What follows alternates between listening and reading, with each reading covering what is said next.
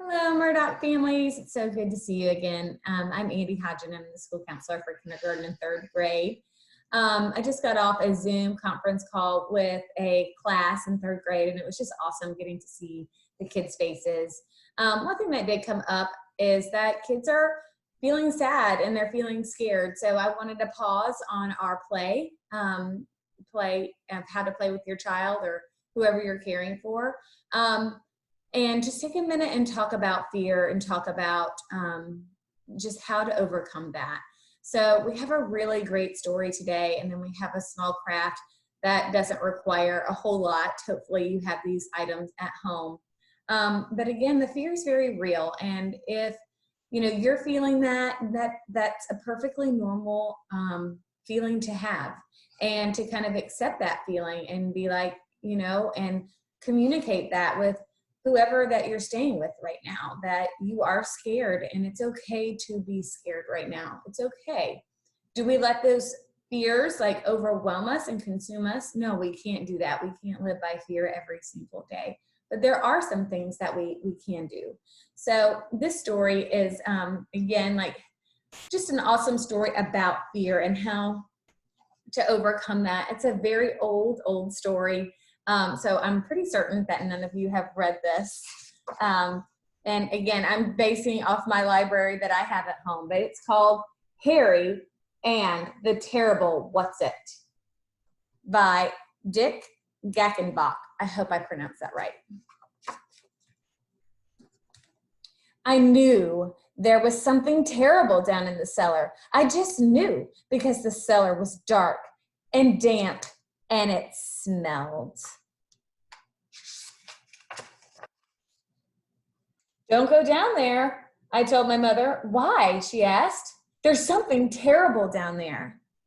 I have to go down to the cellar, she said. We need a jar of pickles. She never believes me.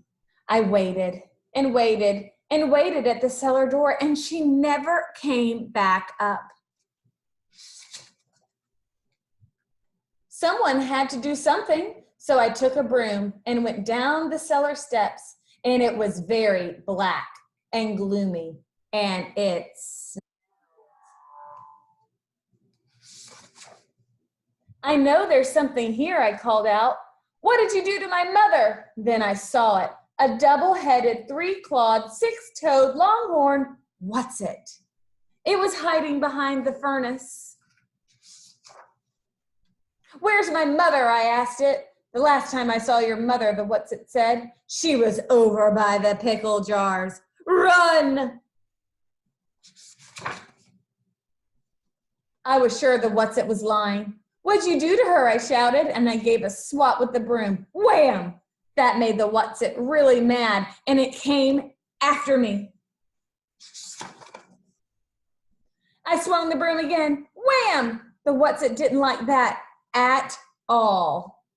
I climbed up the washer and I hit it right where it sits down. I noticed the What's-It was getting smaller. And when I pulled its tail, it got even smaller. Now the What's-It was down to my size. Okay, you better tell me what you did with my mother, I said, or else. Kid, you're crazy, the What's-It answered. One of the heads made a face at me. Just for that, I twisted a nose and the What's-It shrank some more. Why are you getting so small? I asked. Because you aren't afraid of me anymore, the What's-It said. That always happens just when I'm beginning to feel at home in a closet or a cellar. The What's-It looked very, very sad. Oh, see how small the What's-It's getting now that he was able to overcome his fear?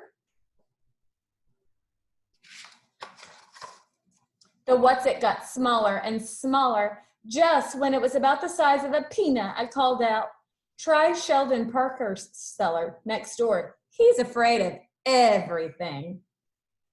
Thanks, I heard it say. Then the What's-It was gone. See how tiny the What's-It is now? The what's-it disappeared before it could tell me what it had done to my mother. I looked in the washer. She wasn't there. I looked behind some boxes. My mother wasn't there either. I looked inside a wood bin. No mother there. I was so worried. Then I found her glasses beside the pickle jars. But what happened to the rest of her? I was searching for more clues when I discovered the back cellar door was open. I looked outside, and there, bright in sunlight, was my mother picking flowers. Boy, was I glad to see her. I found your glasses in the cellar, I said. Thank you, Harry, she said. But I thought you were afraid of the cellar. Not anymore, I answered. That terrible what's-it is gone, and I chased him away with a broom. Well, she said, I never saw a what's-it down there. She never believes me. I helped her carry the pickles into the kitchen where she gave me some milk and cookies. You know what, Harry, my mother said? I will never worry about a what's-it as long as you are around. Maybe she did believe me.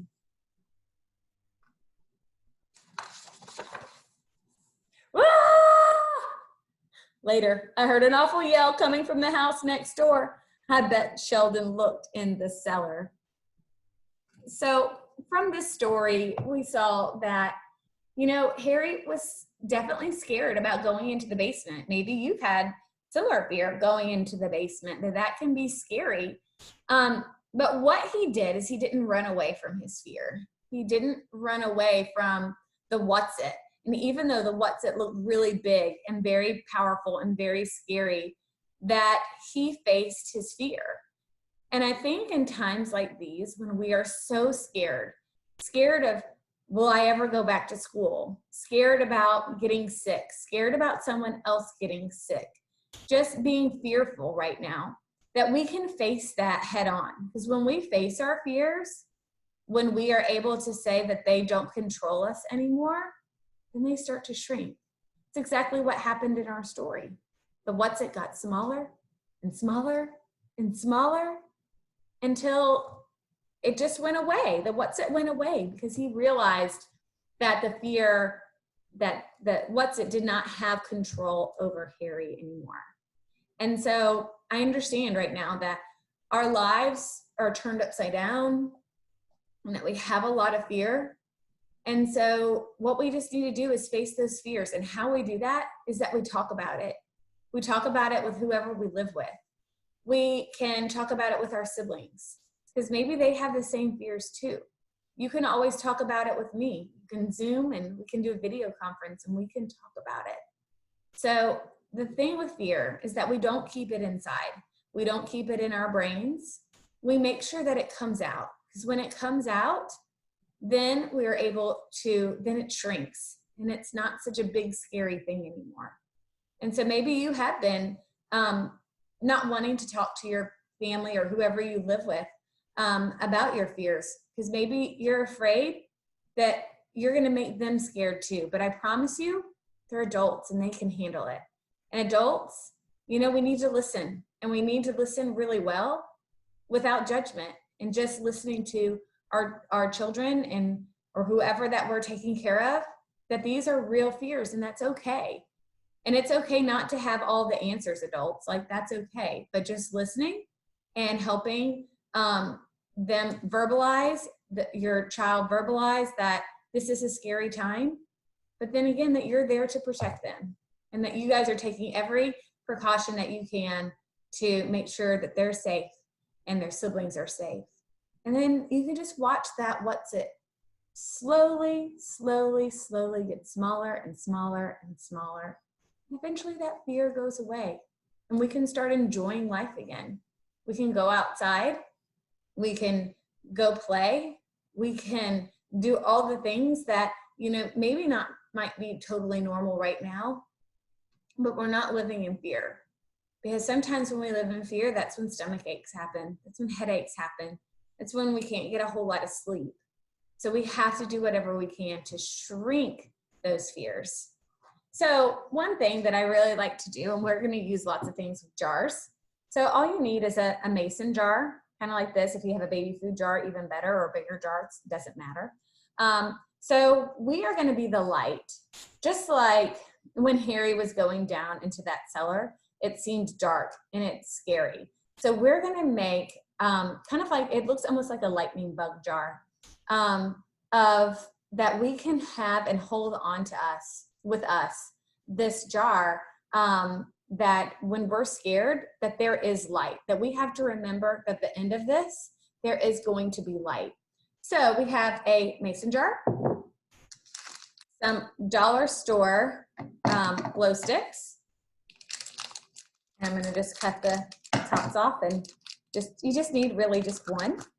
And then what every parent loves is glitter. So this is really easy to make. So you're, as the adult, this one is the part that you do. Just open up the jar like this, very simple. And then take the glue stick and just kind of give it a little bit of a shake.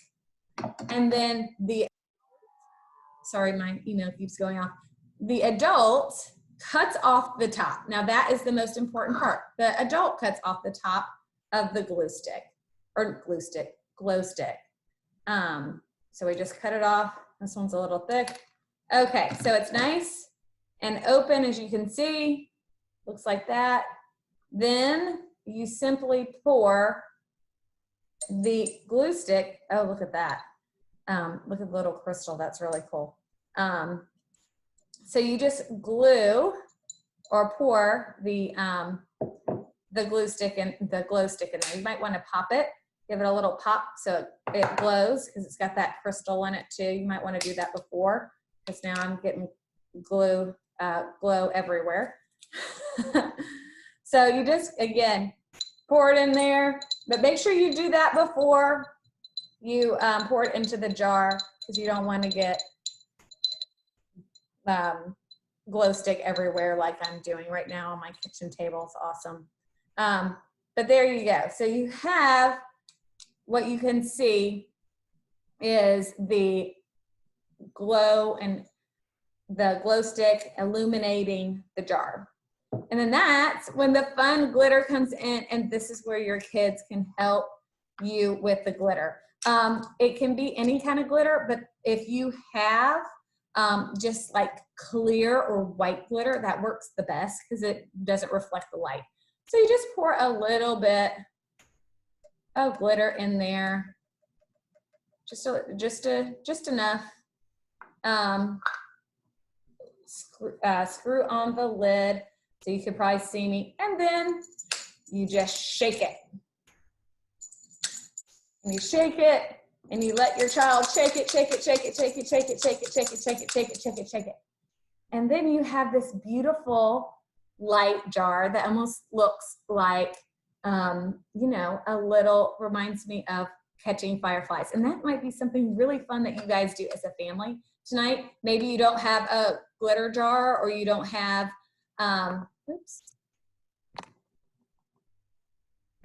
maybe you don't have a glitter jar, you don't have glitter, you don't have a glow stick, that's fine. Maybe you can go catch fireflies to see if they're out tonight. So I'm gonna go turn off the lights so you guys can kind of see what this looks like.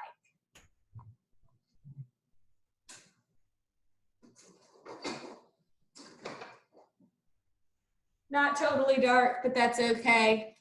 But here we go. And you can keep this in your room. You can keep this in wherever you feel scared. Just remember that there's always light in the darkness, and that with fear, we don't need to let fear hold us down, that we need to let it out. We need to talk about it. And again, this jar can really help remember that there's going to be light at the end of this, and those fears are all going to go away. So I appreciate you guys. Again, glow stick, make sure you crunch it up before you crack it, before you pour it in there. Have an adult cut off the top.